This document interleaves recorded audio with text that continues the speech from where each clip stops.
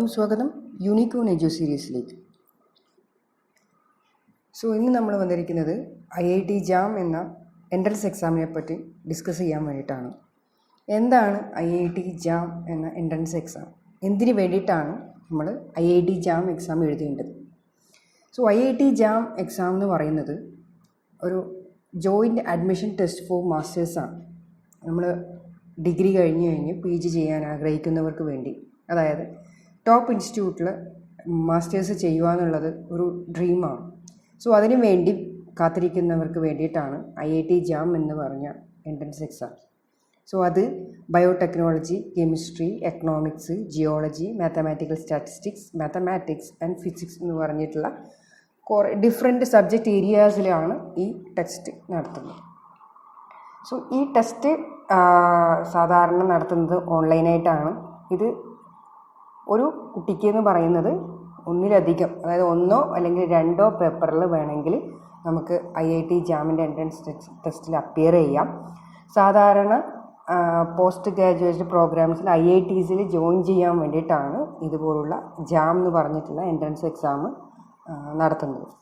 അതേപോലെ IISc, IIEST, അതേപോലെ IISER Pune, IISER Bhopal പോലുള്ള വലിയ യൂണിവേഴ്സിറ്റികൾ PG ചെയ്യാൻ ആഗ്രഹിക്കുന്നവർക്ക് ഈ IIT JAM എന്ന എൻട്രൻസ് എക്സാം എഴുതാവുന്നതാണ്.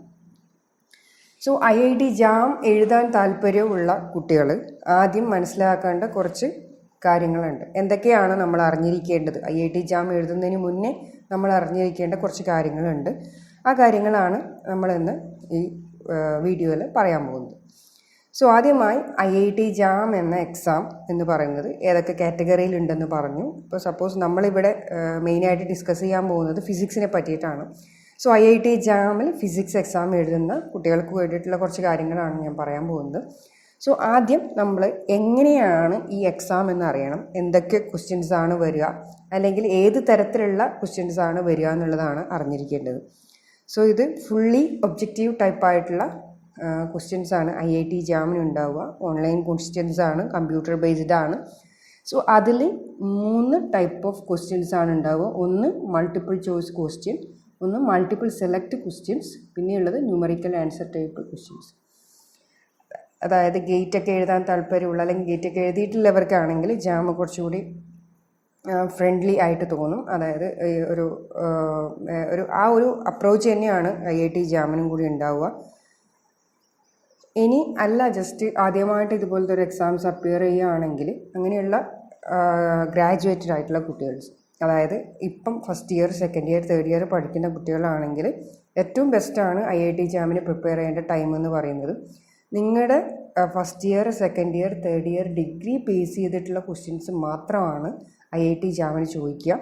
അപ്പം നിങ്ങൾ കുറച്ചുകൂടി ഫോക്കസ്ഡ് ആയിട്ട് പഠിക്കുകയാണെങ്കിൽ നിങ്ങൾക്ക് കറക്റ്റായിട്ട് IIT JAM ക്ലിയർ ചെയ്യാൻ പറ്റും. അതേപോലെ നല്ല നല്ല ഇൻസ്റ്റിറ്റ്യൂട്ടിൽ മാസ്റ്റേഴ്സ് ചെയ്യാനും പറ്റും. നിങ്ങൾ ഹയർ സ്റ്റഡീസ്, അതായത് നമ്മുടെ പുറത്തൊക്കെ പോയിട്ടാണ് PhD ഒക്കെ ചെയ്യാൻ ആഗ്രഹിക്കുന്ന കുട്ടികളാണെങ്കിൽ നിങ്ങളുടെ മാസ്റ്റേഴ്സ് IIT ഐസർ പോലുള്ള ഇൻസ്റ്റിറ്റ്യൂട്ടിലാണെങ്കിൽ നിങ്ങൾക്കൊരു പ്ലസ് പോയിൻ്റാണത്. നിങ്ങൾക്ക് പുറത്ത് പോയി PhD ചെയ്യാനും അതേപോലെ നാട്ടിലെ വേറെ എവിടെയെങ്കിലുമുള്ള നല്ല ഇൻസ്റ്റിറ്റ്യൂട്ടിൽ, IIT പോലുള്ള ഇൻസ്റ്റിറ്റ്യൂട്ടിൽ തന്നെ PhD ചെയ്യാനാണെങ്കിലും അത് നല്ലതാണ്. സാധാരണ നിങ്ങൾ ഇപ്പോൾ പഠിക്കുന്ന ഇൻസ്റ്റിറ്റ്യൂട്ടിലായാൽ പോലും നിങ്ങൾക്ക് നിങ്ങളുടെ ഡിഗ്രി ലെവൽ ബേസ് ചെയ്തിട്ട്, അതായത് ക്വസ്റ്റ്യൻ പാറ്റേൺസും അതൊക്കെ നോക്കി പ്രിപ്പയർ ചെയ്ത് കഴിഞ്ഞാൽ നിങ്ങൾക്ക് ഷുവറായും IITയിലോ അല്ലെങ്കിൽ ഐസറിലോ മാസ്റ്റേഴ്സ് ചെയ്യാൻ സാധിക്കും. അപ്പം ആദ്യം നിങ്ങളതിൽ വിശ്വസിക്കുക, പ്രിപ്പയർ ചെയ്യുക. അതേപോലെ മാസ്റ്റേഴ്സിൻ്റെ IIT JAM പോലെ എക്സാം എഴുതിയിട്ട് വേണം മാസ്റ്റേഴ്സിന് അപ്പിയർ ചെയ്യാൻ. Okay, coming back to the IIT JAM. അതിൻ്റെ കുറച്ച് കാര്യങ്ങൾ, നമ്മൾ അറിഞ്ഞിരിക്കേണ്ട കുറച്ച് കാര്യങ്ങളെക്കുറിച്ച് പോവുകയാണെങ്കിൽ, എക്സാം ഞാൻ പറഞ്ഞ പോലെ ഓൺലൈൻ കമ്പ്യൂട്ടർ ബേസ്ഡ് ടെസ്റ്റാണ്. ഇതിൻ്റെ ഡ്യൂറേഷൻ 3 hours ആണ്. As usual medium of test paper ഇംഗ്ലീഷാണ്. നമ്മൾ ശ്രദ്ധിക്കേണ്ട കാര്യം, ഇതിൽ 60 ക്വസ്റ്റ്യൻസ് ആണ് ഉണ്ടാവുക. 60 ക്വസ്റ്റ്യൻസിന് 100 മാർക്കാണ് കൊടുത്തിട്ടുള്ളത്. അപ്പോൾ ഓരോ ക്വസ്റ്റ്യൻസിനും അതിൻ്റേതായ മാർക്ക് ഡിഫറൻസ് ഉണ്ടാവും. അപ്പോൾ അത് ശ്രദ്ധിക്കണം. അതിൽ ഞാൻ പറഞ്ഞ പോലെ 3 സെക്ഷൻസ് ആണുള്ളത്. ABC എന്നുള്ള സെക്ഷൻസ് ആണുള്ളത്. എല്ലാ സെക്ഷൻസും നമ്മൾ ആൻസർ ചെയ്യണം എന്നുള്ളത് കമ്പൽസറി ആണ്. ഓക്കെ, അതിൽ സെക്ഷൻ എ എന്ന് പറയുന്നത് 30 മൾട്ടിപ്പിൾ ചോയ്സ് ക്വസ്റ്റ്യൻസ് ആണ് ഉണ്ടാവുക. അതിൽ ഓപ്ഷൻസ് ഉണ്ടാവും. അതിൽ ഓപ്ഷൻസിൽ 2 സെറ്റാണ്. അതായത് 30 ക്വസ്റ്റ്യൻസിൽ ആദ്യത്തെ 10 ക്വസ്റ്റ്യൻസ് എന്ന് പറയുന്നത് 1 മാർക്കിൻ്റെതും പിന്നീട് വരുന്ന 20 ക്വസ്റ്റ്യൻസ് എന്ന് പറയുന്നത് 2 മാർക്ക് വെച്ചിട്ടുള്ളതാണ് ഉണ്ടാവുക. അപ്പം അതിൽ ഒരു ഓപ്ഷൻസ് 4 ഓപ്ഷൻസ് തന്നിട്ടുണ്ടെങ്കിൽ 4 ചോയ്സസ് നമുക്ക് തന്നിട്ടുണ്ടെങ്കിൽ അതിൽ ഒരെണ്ണം മാത്രമായിരിക്കും കറക്റ്റ് ആൻസറായിട്ട് വരിക. അപ്പോൾ സെക്ഷൻ എ എന്ന് പറയുന്നത് 30 ക്വസ്റ്റ്യൻസ് ഉണ്ടാവും. അതിലെ 10 ക്വസ്റ്റ്യൻസ് എന്ന് പറയുന്നത് 1 മാർക്ക് വെച്ചിട്ടാണ്. അതിലെ ബാക്കിയുള്ള 20 ക്വസ്റ്റ്യൻസിന് 2 മാർക്ക് വെച്ചിട്ടാണ് ക്വസ്റ്റ്യൻസ് ഉണ്ടാവുക. ശ്രദ്ധിക്കേണ്ട കാര്യം 1 ചോയ്സ് മാത്രമേ അതിൽ കറക്റ്റായിട്ട് ഉണ്ടാവുള്ളൂ. അതുകൊണ്ടാണ് മൾട്ടിപ്പിൾ ചോയ്സ് ക്വസ്റ്റ്യൻസ് എന്ന് പറയുന്നത് സെക്ഷൻ എയിൽ. So then coming back to the section B. Section Bയിൽ 10 multiple select questions ആണ്. അതായത് ഇതിലുള്ള 10 ക്വസ്റ്റ്യൻസും എന്ന് പറയുന്നതിൻ്റെ ഓപ്ഷൻസ് എന്ന് പറയുന്നത് 4 ഓപ്ഷൻസാണ് നമുക്ക് തന്നിട്ടുള്ളതെങ്കിൽ 1 or more ചോയ്സസ് കറക്റ്റ് ആവാനുള്ള സാധ്യതയുണ്ട്. 1 അതിലധികമോ ക്വസ്റ്റ്യൻസിൻ്റെ ചോയ്സസ് കറക്റ്റ് ആവാനുള്ള സാധ്യതയുണ്ട്. അത് കറക്റ്റായിട്ട് എല്ലാം മാർക്ക് ചെയ്തിട്ടുള്ളവർക്ക് മാത്രമേ അതിൻ്റേതായ മാർക്ക്, അതായത് ഈ മാർക്ക് 10 ക്വസ്റ്റ്യൻസിന് 2 മാർക്ക് വെച്ചിട്ടാണ്. ആ 2 മാർക്ക് കിട്ടണമെങ്കിൽ ഓപ്ഷനിലുള്ള എല്ലാ ആൻസേഴ്സും മാർക്ക് ചെയ്തിട്ടുണ്ടാവണം. ഏതെങ്കിലും ഇപ്പോൾ 2 ആൻസറാണ് കറക്റ്റെങ്കിൽ ഒരെണ്ണം കറക്റ്റായിട്ട് മാർക്ക് ചെയ്തിട്ടുണ്ടെങ്കിൽ ഹാഫ് മാർക്ക് കിട്ടില്ല. കറക്റ്റ് കിട്ടണമെങ്കിൽ ആ 2 മാർക്ക് ചെയ്തിട്ടുണ്ടാവണം. അല്ലെങ്കിൽ നമ്മളത് റോങ് ആയിട്ടാണ് ട്രീറ്റ് ചെയ്യുക. അപ്പോൾ അത് നമ്മളൊന്ന് ശ്രദ്ധിക്കേണ്ട കാര്യമാണ്. എക്സാമിനെ കുറിച്ച് നമ്മൾ കാര്യമായിട്ട് അറിഞ്ഞാൽ മാത്രമേ നമുക്ക് ഇതിലെ പ്രിപ്പറേഷൻ കുറച്ചുകൂടി ഈസി ആയിട്ട് ഉണ്ടാവുള്ളൂ. ഓക്കെ, അപ്പോൾ രണ്ടാമത്തെ സെക്ഷൻ എന്ന് പറയുന്നത് മൾട്ടിപ്പിൾ സെലക്ട് ക്വസ്റ്റ്യൻ ആണ്. 10 ക്വസ്റ്റ്യനാണ് ഉണ്ടാവുക. 2 മാർക്ക് വെച്ചിട്ടാണ് ഉണ്ടാവുക. അതിൽ there may be 1 or more than choices that are correct out of the 4 given choices. 4 ചോയ്സസിൽ ഒന്നും അതിലധികമോ ആൻസേഴ്സ് ഉണ്ടാവും എന്നുള്ള കാര്യം മൈൻഡിലുണ്ടാവുക. Okay, then coming to the section C. Section C എന്ന് പറയുന്നത് ടോട്ടൽ 20 ക്വസ്റ്റ്യൻസാണ് ഉണ്ടാവുക. 20 ക്വസ്റ്റ്യൻസ് എന്ന് പറയുന്നത് 20 അത് ന്യൂമറിക്കൽ ആൻസർ ടൈപ്പ് ക്വസ്റ്റ്യൻസ് ആണ്. NET എന്ന് പറയും. ന്യൂമറിക്കൽ ആൻസർ ടൈപ്പ് ക്വസ്റ്റ്യൻസ് ആണ്. അതിൽ 10 എണ്ണത്തിന് 1 മാർക്കും ബാക്കിയുള്ള 10 എണ്ണത്തിന് 2 മാർക്കും വെച്ചിട്ടാണ് 20 ന്യൂമറിക്കൽ ക്വസ്റ്റ്യൻസ് ഉണ്ടാവുക. അതിൽ നമുക്ക് കമ്പ്യൂട്ടറിൻ്റെ സൈഡിൽ നമുക്ക് കാൽക്കുലേറ്റർ യൂസ് ചെയ്യാം. വിർച്വൽ ന്യൂമറിക്കൽ കീപാഡ് ഉണ്ടാവും. മോണിറ്ററിൽ നമുക്ക് കാണും. ഒരു സൈൻഡ് റിയൽ നമ്പർ ആയിരിക്കും നമ്മുടെ ആൻസറായിട്ട് വരിക. ആ ആൻസർ നമ്മൾ അവിടെ എൻ്റർ ചെയ്യുകയാണ് വേണ്ടത്. ഓക്കെ, സോ അങ്ങനെ 3 സെക്ഷൻസാണ് IIT JAM എന്ന എക്സാമിന് ഉണ്ടാവുക. സെക്ഷൻ എ എന്ന് പറഞ്ഞാൽ മൾട്ടിപ്പിൾ ചോയ്സ് ക്വസ്റ്റ്യൻ ആണ്. 20 എണ്ണം ഉണ്ടാവും. 30 എണ്ണം ഉണ്ടാവും. അതിൽ 10 എണ്ണം എന്ന് പറയുന്നത് 1 മാർക്ക് വെച്ചിട്ടും 20 എണ്ണം എന്ന് പറയുന്നത് ബാക്കിയുള്ള 2 മാർക്ക് വെച്ചിട്ടുമാണ്. ഓക്കെ, ആൻഡ് സെക്ഷൻ ബി എന്ന് പറയുന്നത് 10 മൾട്ടിപ്പിൾ സെലക്ട് ക്വസ്റ്റ്യൻസ് ആണ്. 2 മാർക്ക് വെച്ചിട്ടാണ് ചോയ്സസ് 1 അതിലധികമോ ആൻസറായിട്ട് കാണും. സെക്ഷൻ സി എന്ന് പറയുന്നത് 20 ന്യൂമറിക്കൽ ക്വസ്റ്റ്യൻസ് ആണ്. അതിൽ 10 എണ്ണം 1 മാർക്കും ബാക്കിയുള്ള 10 എണ്ണം 2 മാർക്ക് വെച്ചിട്ടുമാണ്. സൈൻഡ് റിയൽ നമ്പർ ആയിട്ടുള്ള വാല്യൂസ് നമുക്ക് ന്യൂമറിക്കൽ കീപാഡ് വെച്ചിട്ട് മോണിറ്ററിൽ കാണുന്ന കീപാഡ് വെച്ചിട്ട് എൻ്റർ ചെയ്യുകയാണ് വേണ്ടത്. ആ വാല്യൂ കറക്റ്റ് ആയാൽ മാത്രമേ നമുക്ക് പറഞ്ഞിരിക്കുന്ന മാർക്ക് കിട്ടുള്ളൂ. ഓക്കെ, ഇനി അറിഞ്ഞിരിക്കേണ്ടത്, അതായത് നമ്മൾ 3 സെക്ഷൻസ് അറിഞ്ഞിരിക്കുന്നത് ഏതെല്ലാം തരത്തിലുള്ള ക്വസ്റ്റ്യൻസ് ആണെന്ന് അറിഞ്ഞു കഴിഞ്ഞു കഴിഞ്ഞാൽ നമ്മളിനി മനസ്സിലാക്കേണ്ടത് നെഗറ്റീവ് മാർക്കിംഗ് ഉണ്ടോ എന്നുള്ളതാണ്. നെഗറ്റീവ് മാർക്കിംഗ് എന്ന് പറയുമ്പോൾ നമ്മൾ ഏതെങ്കിലും ആൻസർ തെറ്റായി മാർക്ക് ചെയ്ത് കഴിഞ്ഞാൽ അത് നെഗറ്റീവ് മാർക്കായിട്ട് കൺസിഡർ ചെയ്യും. എവിടെയൊക്കെയാണ് ഇനി നെഗറ്റീവ് മാർക്കിംഗ് ഉള്ളതെന്ന് നോക്കാം. In all sections questions not attempted will result in 0 mark. അതായത് നിങ്ങൾ ഏതെങ്കിലും സെഷനിൽ നിങ്ങൾ ആൻസർ മാർക്ക് ചെയ്യാതെ വിട്ടു പോയിട്ടുണ്ടെങ്കിൽ അതിന് നമ്മൾ നെഗറ്റീവ് മാർക്ക് കൺസിഡർ ചെയ്യില്ല. അറിയാത്ത ആൻസർ നിങ്ങൾ അങ്ങനെ തന്നെ വിട്ടാലും കുഴപ്പമൊന്നുമില്ല. അതിന് മാർക്ക് കൗണ്ട് ചെയ്യില്ല, നെഗറ്റീവ് മാർക്കായിട്ട് കൗണ്ട് ചെയ്യില്ല. Okay, then coming to the section A. Section എയിൽ നിങ്ങൾ ആദ്യത്തെ 10 ക്വസ്റ്റ്യൻസ് 1 മാർക്ക് വെച്ചിട്ടാണെന്ന് പറഞ്ഞു. അതിൽ നിങ്ങൾ റോങ് ആയിട്ട് അറ്റംപ്റ്റ് ചെയ്തിട്ടുണ്ടെങ്കിൽ 1/3 മാർക്കായിരിക്കും നെഗറ്റീവ് മാർക്ക് ഉണ്ടാവുക. അതിൻ്റെ 1/3. ഓക്കെ, 1/3. അതേപോലെ ബാക്കി 20 ക്വസ്റ്റ്യൻസിലാണ് നിങ്ങൾ നെഗറ്റീവായിട്ട് ആൻസർ മാർക്ക് ചെയ്തിട്ടില്ലെങ്കിൽ അതിൻ്റെ 2/3 മാർക്കാണ് നിങ്ങളുടെ മാർക്ക് നെഗറ്റീവ് മാർക്കിങ് വെച്ച് പോവുക. അതേപോലെ സെക്ഷൻ ബിയിലും നെഗറ്റീവ് മാർക്കിങ്ങിനെ കുറിച്ച് പറയുകയാണെങ്കിൽ അതേപോലെ നോ നെഗറ്റീവ് മാർക്കാണ് സെക്ഷൻ ബിയിൽ കൊടുത്തിട്ടുള്ളത്. അതേപോലെ നോ പാർഷ്യൽ മാർക്കിംഗ് പ്രൊവിഷൻ. പറഞ്ഞതുപോലെ 2 ചോയ്സസാണ് കറക്റ്റെങ്കിൽ 2 മാർക്ക് കിട്ടേണ്ടടുത്ത് 1 മാർക്ക് കിട്ടുമോ എന്ന് ചോദിച്ചാൽ ഇല്ല എന്ന് തന്നെയാണ്. നിങ്ങൾ കറക്റ്റായിട്ട് 2 മാർക്ക് ചെയ്താൽ മാത്രമേ അതിൻ്റെ ഫുൾ ആൻസേഴ്സ് കിട്ടുള്ളൂ. അപ്പോൾ സെക്ഷൻ ബിയിൽ no negative and no partial marking provisions എന്നുള്ളത് ഓർത്ത് വെക്കുക. അതേപോലെ സെക്ഷൻ സി നമ്മൾ ന്യൂമറിക്കൽ ക്വസ്റ്റ്യൻസിന് പറഞ്ഞിരിക്കുന്നത് പോലെ അവിടെയും നെഗറ്റീവ് മാർക്സ് ഒന്നുമില്ല. സോ സെക്ഷൻ ബിയും സെക്ഷൻ സിയും നമ്മൾ സേഫായിട്ട് തന്നെ അറ്റൻഡ് ചെയ്യുന്നതിൽ യാതൊരു പ്രോബ്ലവും ഇല്ല. ഓക്കെ, ദെൻ 3 മണിക്കൂർ കഴിഞ്ഞ് കഴിഞ്ഞാൽ 3 അവേഴ്സാണ് ഇതിൻ്റെ എക്സാം ഡ്യൂറേഷൻ എന്ന് പറയുന്നത്. 3 അവേഴ്സ് കഴിഞ്ഞ് കഴിഞ്ഞാൽ ഓട്ടോമാറ്റിക്കായിട്ട് എക്സാം എൻഡായി പോകുന്നതാണ്. അപ്പം അത്രയും ടൈം നമുക്കുണ്ട് അതിനെക്കുറിച്ച് ആലോചിച്ച് കറക്റ്റായിട്ട് ചെയ്യാനും. അതിൽ കുറച്ചുകൂടി ശ്രദ്ധിക്കേണ്ടത് സെക്ഷൻ എ ആണ്. സെക്ഷൻ എയിൽ നെഗറ്റീവ് മാർക്ക് ഉള്ളത് കൊണ്ടും നന്നായി മാർക്ക് സ്കോർ ചെയ്യാൻ പറ്റുന്ന കാറ്റഗറി ആയതുകൊണ്ടും സെക്ഷൻ എ നമ്മൾ കുറച്ചുകൂടി കെയർഫുള്ളായിട്ട് തന്നെ അറ്റൻഡ് ചെയ്യണം എന്ന് തന്നെയാണ് എൻ്റെ സജഷൻ. സോ ഇൻ സമ്മറി നമ്മൾ പറഞ്ഞ കാര്യങ്ങളെക്കുറിച്ച് നോക്കുകയാണെങ്കിൽ സെക്ഷൻ എയിൽ മൾട്ടിപ്പിൾ ചോയ്സ് ക്വസ്റ്റ്യൻ ആണ്, 30 ഉണ്ടാവും. 10+20 എന്നുള്ള പാറ്റേൺ ആണ്. 1 മാർക്ക് 10 ക്വസ്റ്റ്യൻസിനും 2 മാർക്ക് 20 ക്വസ്റ്റ്യൻസിനുമാണ്. അങ്ങനെ 50 മാർക്ക് സെക്ഷൻ എ എന്ന് വരും. സെക്ഷൻ ബി 10 ക്വസ്റ്റ്യൻസ് ആണ് ഉണ്ടാവുക. 10 ക്വസ്റ്റ്യൻസിന് 10 മാർക്ക് വെച്ചിട്ടാണ് ഉണ്ടാവുക. അതേപോലെ സെക്ഷൻ സി എന്ന് പറയുന്നത് 20 ക്വസ്റ്റ്യൻസ് ആണ്. 20 ക്വസ്റ്റ്യൻസിന് 40 മാർക്ക് വെച്ചിട്ടാണ് ഉണ്ടാവുക.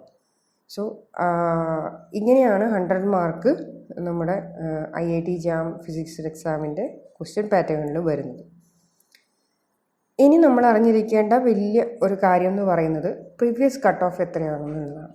അതായത് ലാസ്റ്റ് നടന്നിരിക്കുന്ന IIT JAM എക്സാമിൻ്റെ പ്രീവിയസ് കട്ട് ഓഫ് എത്രയാണെന്നാണ് അറിഞ്ഞിരിക്കേണ്ടത്. നമ്മൾ എക്സാം പ്രിപ്പറേഷൻ ഏത് ഇയറിലേക്കാണോ നിങ്ങൾ എക്സാം പ്രിപ്പറേഷൻ തുടങ്ങുന്നത് ആ പ്രിപ്പറേഷൻ്റെ കട്ട് ഓഫ് അറിഞ്ഞിരിക്കുന്നത് നല്ലതാണ്. നമ്മൾ ഏത് റേഞ്ചിലേക്കാണ് നമ്മൾ പ്രിപ്പയർ ചെയ്യേണ്ടതെന്ന് അറിഞ്ഞിരിക്കാനാണ് നമ്മൾ കട്ട് ഓഫ് നോക്കുന്നത്. അപ്പം ഇവിടെ ഞാൻ കണ്ടതിൽ വെച്ചിട്ട് ഏറ്റവും മാർക്ക് കുറഞ്ഞിരിക്കുന്നത് ഓൾമോസ്റ്റ് പറയാൻ മാത്രം മാത്തമാറ്റിക്സ് കഴിഞ്ഞ് ഫിസിക്സിനാണ് ഏറ്റവും മാർക്ക് കട്ട് ഓഫ് കുറഞ്ഞിരിക്കുന്നത്. 19.63 19.63 ആണ് ജനറലായിട്ടുള്ള കട്ട് ഓഫ് വന്നിട്ടുള്ളത്. അത് മറ്റ് കാറ്റഗറിയിൽ വരുമ്പം അതിനേക്കാളും കുറഞ്ഞിട്ടാണ് വരിക. അപ്പം നമ്മൾ ഒന്ന് ശ്രമിച്ചു കഴിഞ്ഞാൽ നമുക്ക് IIT JAM ക്വാളിഫൈ ചെയ്യാൻ വളരെ ഈസിയാണെന്നാണ് ഞാൻ പറയുക. IIT JAM പ്രിപ്പറേഷൻ കഴിഞ്ഞ് കഴിഞ്ഞാൽ നമ്മൾ എങ്ങനെയാണ് പ്രിപ്പയർ ചെയ്യേണ്ടതെന്നുള്ളത് ആണ് നമ്മൾ ഇത്രയും കാര്യങ്ങൾ അറിഞ്ഞതിന് ശേഷം നമ്മൾ നോക്കേണ്ടത്. നമ്മൾ എങ്ങനെയാണ് എക്സാംസ് അതിൻ്റെ അപ്ലിക്കേഷൻ പ്രൊസീജിയർ ഞാൻ പറഞ്ഞിട്ടില്ല. അപ്ലിക്കേഷൻ ഫീ ഒക്കെ ഉണ്ട്. അത് നമ്മുടെ വെബ്സൈറ്റ് നോക്കിക്കഴിഞ്ഞാൽ അപ്ലിക്കേഷൻ്റെ ഡീറ്റെയിൽസ് കാണും. അപ്ലിക്കേഷൻ അപ്ലൈ ചെയ്യുന്നതിന് മുമ്പ് ഇൻസ്ട്രക്ഷൻസ് വായിച്ചു നോക്കുക, അപ്ലൈ ചെയ്യുക. അപ്ലൈ ചെയ്തതിന് ശേഷം എക്സാമിന് വേണ്ടി അപ്ലൈ ചെയ്തതിന് മുന്നേ നമ്മൾ എക്സാമിന് പ്രിപ്പറേഷൻ തുടങ്ങുക. കറക്റ്റ് സമയത്ത് അപ്ലൈ ചെയ്യുക. അപ്ലൈ ചെയ്ത് പറഞ്ഞിരിക്കുന്ന കാര്യത്തിൽ പ്രിപ്പറേഷൻ തുടങ്ങുക. പ്രിപ്പറേഷന് വേണ്ടുന്ന സ്റ്റെപ്സ് ഞാൻ പറയാം. അത് കഴിഞ്ഞ് നമ്മൾ പ്രിപ്പയർ ചെയ്ത് കഴിഞ്ഞ് റിസൾട്ട് വന്നു കഴിഞ്ഞാൽ നമ്മൾ ഓരോ സമയമുണ്ട്, അഡ്മിഷന് വേണ്ടിയിട്ടുള്ള സമയമുണ്ട്. ആ അപ്ലിക്കേഷൻ പ്രൊസീജിയർ കൂടിയുണ്ട്, അഡ്മിഷൻ അപ്ലിക്കേഷനും കൂടിയുണ്ട്. അതുകൂടി നമ്മൾ എക്സാം കഴിഞ്ഞാൽ ഇതിൻ്റെ ഒരു ഭാഗമായിട്ട് വരുന്നതാണ്. അതായത് എക്സാം എഴുതുക, എക്സാമിന് ക്വാളിഫൈഡ് ആയിട്ടുണ്ടെങ്കിൽ നമ്മൾ മാസ്റ്റേഴ്സിന് വേണ്ടി അപ്ലൈ ചെയ്യുക. ആ ഒരു കാറ്റഗറിയും കൂടി നമ്മൾ ശ്രദ്ധിക്കേണ്ടതാണ്. അല്ലാതെ എക്സാം കഴിഞ്ഞ് ക്വാളിഫൈ ചെയ്ത് കഴിഞ്ഞ് വെറുതെ ഇരിക്കരുത്, അപ്ലൈ ചെയ്യാനുള്ളത് കൂടി ഉണ്ട് എന്നുള്ള കാര്യം ഓർത്ത് വെക്കുക. ഓക്കെ, അപ്പോൾ കട്ട് ഓഫ് എന്നുള്ളത് വളരെ കുറവാണ്. നമ്മളൊന്നും വിചാരിച്ച് പ്രിപ്പയർ ചെയ്ത് കഴിഞ്ഞാൽ നമുക്ക് ക്വാളിഫൈ ചെയ്യാൻ പറ്റുന്നതേ ഉള്ളൂ IIT JAM പോലുള്ള എൻട്രൻസ് എക്സാം എന്നുള്ളത് ഓർത്ത് വെക്കുക. ഇനി നമ്മൾ അടുത്തതായി അറിഞ്ഞിരിക്കേണ്ട കാര്യം എന്ന് പറഞ്ഞു കഴിഞ്ഞാൽ എങ്ങനെ പ്രിപ്പയർ ചെയ്യാം. ഓക്കെ, IIT JAM എന്താണെന്ന് മനസ്സിലായി, അതിനെങ്ങനെ ക്വസ്റ്റ്യൻസ് വരുന്നു മനസ്സിലായി. അപ്ലിക്കേഷൻ പ്രൊസീജിയർ നോക്കണമെങ്കിൽ ഓക്കെ, നമ്മൾ ഓൺലൈനായിട്ടുള്ള അപ്ലിക്കേഷൻ പ്രൊസീജിയർ നോക്കണമെങ്കിൽ വെബ്സൈറ്റ് നോക്കി ആപ്ലിക്കേഷൻ ചെയ്താൽ മതി എന്ന് മനസ്സിലായി. ഇനി അതിൻ്റെ കട്ട് ഓഫ് റേഞ്ചൊക്കെ മനസ്സിലാക്കി കഴിഞ്ഞ് കഴിഞ്ഞാൽ നമ്മൾ എങ്ങനെ അതിനെ പ്രിപ്പയർ ചെയ്യണം എന്ന് പറഞ്ഞു കഴിഞ്ഞാൽ, ഒന്ന് നമ്മുടെ സബ്ജക്റ്റ് ഇപ്പം നമ്മൾ പറഞ്ഞു നമ്മൾ ഫിസിക്സ് ആണെങ്കിൽ ആദ്യം ചെയ്യേണ്ടത് അതിൻ്റെ സിലബസ് നോക്കുക. ഏതൊക്കെ സിലബസ് ബേസ്ഡ് ആണ് നമ്മൾ ക്വസ്റ്റ്യൻസ് ചോദിക്കാൻ സാധ്യതയുള്ളത്. നമ്മുടെ അടുത്ത വീഡിയോ എന്ന് പറയുന്നത് ഫിസിക്സിനെ ബേസ് ചെയ്തിട്ടുള്ള IIT ജാമിൻ്റെ സിലബസിൻ്റെ ഡിസ്കഷനാണ്. അത് ഉടൻ തന്നെ നമ്മൾ അപ്ലോഡ് ചെയ്യുന്നതായിരിക്കും.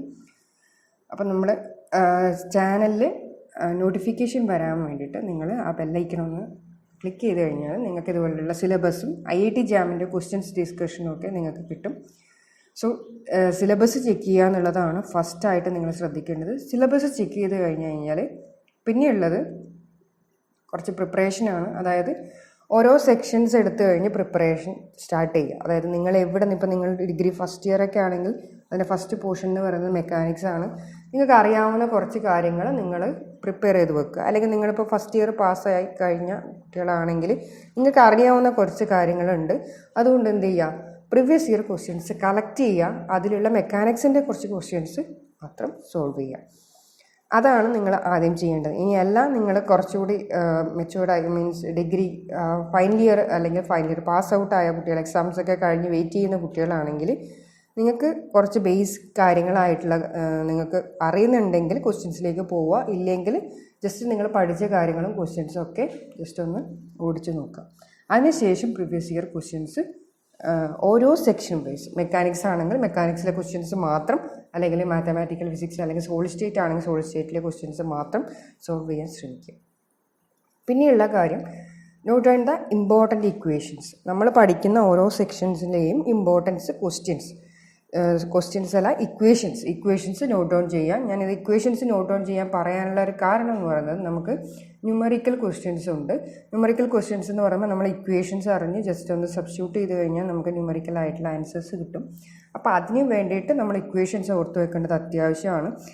പിന്നെ ചില ക്വസ്റ്റ്യൻസിൽ നമ്മൾ ചെയ്യാനുള്ള ചില ഷോർട്ട് കട്ട് മെത്തേഡ്സ് ഒക്കെ ഉണ്ടാവും. ആ ഷോർട്ട് കട്ട് മെത്തേഡ്സ് നിങ്ങൾക്ക് അറിയുകയാണെങ്കിൽ അതിൻ്റെ കൂടെ തന്നെ എഴുതി വെക്കുക. ഇല്ലെങ്കിൽ നമ്മൾ വീഡിയോയിൽ ഡിസ്കസ് ചെയ്യുന്ന സമയത്ത് അവിടെ നോട്ട് ചെയ്ത് വെക്കാം. ഓരോ ചില കാര്യങ്ങളും ചില വാല്യൂസിൻ്റെയൊക്കെ ഷോർട്ട് കട്ട് മെത്തേഡും അതിൻ്റെ വാല്യൂസൊക്കെ നമ്മൾ ചിലപ്പോൾ പറയുന്നുണ്ടാവും. ആ വാല്യൂസൊക്കെ നമ്മൾ എഴുതി വെക്കുക നോട്ടിൽ. പിന്നെ ചെയ്യേണ്ടത്, നിങ്ങൾ സ്റ്റാർട്ട് ചെയ്യുന്നതാണെങ്കിൽ ഇപ്പോൾ അടുത്ത ആപ്ലിക്കേഷൻ ഇപ്പം അഡ്മിഷനാണ്. ഇപ്പം നമ്മൾ IIT ജാമിൻ്റെ അഡ്മിഷനാണ് ഇപ്പം നടന്നുകൊണ്ടിരിക്കുന്നത്. അതായത് 2023 മീൻസ് 24 എക്സാം കഴിഞ്ഞു, അതിൻ്റെ അഡ്മിഷൻ പ്രൊസീജിയറൊക്കെയാണ് പോകുന്നത്. അടുത്ത IIT ജാമിൻ്റെ എക്സാം വരുന്നേ ഉള്ളൂ. അപ്പം ആ ഒരു സമയത്തേക്ക് വേണ്ടിയിട്ട് ഓരോ ദിവസവും 2-3 ക്വസ്റ്റ്യൻസ് പ്രാക്ടീസ് ചെയ്യാൻ ശ്രമിക്കുക. നിങ്ങൾ പഠിക്കുന്ന നിങ്ങളുടെ സിലബസിനെ ബേസ് ചെയ്തിട്ടുള്ള നിങ്ങളുടെ സബ്ജക്റ്റ് ഏരിയയുമായി ബന്ധപ്പെട്ട കുറച്ച് ക്വസ്റ്റ്യൻസ് ഗ്രൂപ്പായിട്ടോ അല്ലെങ്കിൽ ഇൻഡിവിജ്വലായിട്ടോ നിങ്ങൾ എന്ത് ചെയ്യുക, ക്വസ്റ്റ്യൻസ് പ്രിപ്പയർ ചെയ്യുക. ഇത് പ്രിപ്പയർ ചെയ്യാൻ പറയുന്നതിന് കാരണം എന്ന് പറയുന്നത്, നമ്മുടെ എൻട്രൻസ് എക്സാം ഇതുപോലുള്ള ഒബ്ജക്റ്റീവ് ടൈപ്സ് ആയാലും കോമ്പറ്റേറ്റീവ്സ് എക്സാംസിനായാലും നമ്മൾ ശ്രദ്ധിക്കേണ്ട ഒരു കാര്യം എന്ന് പറയുന്നത് ടൈം മാനേജ്മെൻറ്റാണ്. ഒരു ക്വസ്റ്റ്യൻ തന്നു കഴിഞ്ഞാൽ അത് എത്ര സമയത്താണ് നമ്മളത് ചെയ്തു കൊടുക്കുന്നത് എന്നുള്ളത് ഒരു ഇമ്പോർട്ടൻ്റ് കാര്യമാണ്. ചിലപ്പം നന്നായിട്ട് ക്വസ്റ്റ്യൻസ് സോൾവ് ചെയ്യാൻ പറ്റുന്ന ആൾക്കാരുണ്ടാവും, ഒരുപാട് സമയമെടുത്ത് പെർഫെക്റ്റായിട്ട് ആൻസേഴ്സ് ചെയ്യുന്നവരുണ്ടാവും. അങ്ങനെയുള്ള കുട്ടികളെന്ന് പറയുന്നത് ടൈം മാനേജ്മെൻറ്റ് ഇല്ലാത്തതിൻ്റെ പ്രശ്നം കൊണ്ട് ഇതുപോലുള്ള കോമ്പറ്റേറ്റീവ് എക്സാം പാസ്സാവാതെ പോകാറുണ്ട്. അങ്ങനെയുള്ള കുട്ടികൾക്ക് വേണ്ടിയിട്ടാണ് ഞാൻ പറഞ്ഞത്. നിങ്ങൾ പ്രിപ്പയർ ചെയ്യുന്ന സമയം എന്ന് പറയുന്നത്, അതായത് ഒരു ക്വസ്റ്റ്യന് നിങ്ങൾ എത്ര ടൈം കൊടുക്കുന്നു എന്നുള്ളത് വളരെ ഇമ്പോർട്ടൻ്റ് ആണ്. അതുകൊണ്ട് പ്രാക്ടീസ് ചെയ്താൽ മാത്രമേ നിങ്ങൾക്ക് ഈ ഒരു ടൈം മാനേജ്മെൻറ്റ് നിങ്ങളുടെ കൺട്രോളിൽ വരുത്താൻ വേണ്ടി പറ്റുള്ളൂ. അപ്പം ആ ടൈം മാനേജ്മെൻറ്റാണ് കുറച്ചുകൂടി ഇതുപോലുള്ള online based computer based entrance എക്സാംസിനൊക്കെ ഇമ്പോർട്ടൻ്റ് ആയിട്ടുള്ളത്. അതുകൊണ്ട് ടൈം മാനേജ്മെൻറ്റ് കുറച്ചുകൂടി ഒന്ന് കാര്യമായി ശ്രദ്ധിക്കുക. നല്ല ബേസുള്ള കുട്ടികളുണ്ടാവും, അതുപോലെ ക്വസ്റ്റ്യൻസ് കണ്ടു കഴിഞ്ഞാൽ പെട്ടെന്ന് ചെയ്യാൻ പറ്റുന്ന കുട്ടികളും ഉണ്ടാവും. അങ്ങനെയുള്ള കുട്ടികൾ പ്രീവിയസ് ഇയർ ക്വസ്റ്റ്യൻസൊക്കെ സോൾവ് ചെയ്ത് പ്രാക്ടീസ് ചെയ്ത് ഇതുപോലുള്ള ടൈം ഒന്ന് മാനേജ് ചെയ്യാൻ ശ്രമിക്കുക. അതാണ് നിങ്ങൾ ചെയ്യേണ്ടത്. സോ ഇത്രയുമാണ് നമ്മൾ ഇന്നത്തെ ഒരു ഇൻട്രൊഡക്ഷൻ എന്നുള്ള രീതിയിൽ പറയാൻ ഉദ്ദേശിക്കുന്നത്. നമ്മൾ സിലബസും അതേപോലെ ഇത് കുറേ ക്വസ്റ്റ്യൻസും ഡിസ്കഷനുമായിട്ട് IIT ജാം ഫിസിക്സിൻ്റെ ക്വസ്റ്റ്യൻസിനുമായിട്ട് ഉടൻ നമ്മൾ അപ്ലോഡ് ചെയ്യുന്നതായിരിക്കും. നിങ്ങൾക്ക് എന്തെങ്കിലും സജഷൻസോ കമൻസോ ക്വസ്റ്റ്യൻസോ ഉണ്ടെങ്കിൽ എൻ്റെ കമൻറ്റ് ബോക്സിൽ കമൻറ്റ് ചെയ്യാം. Thank you for watching the video.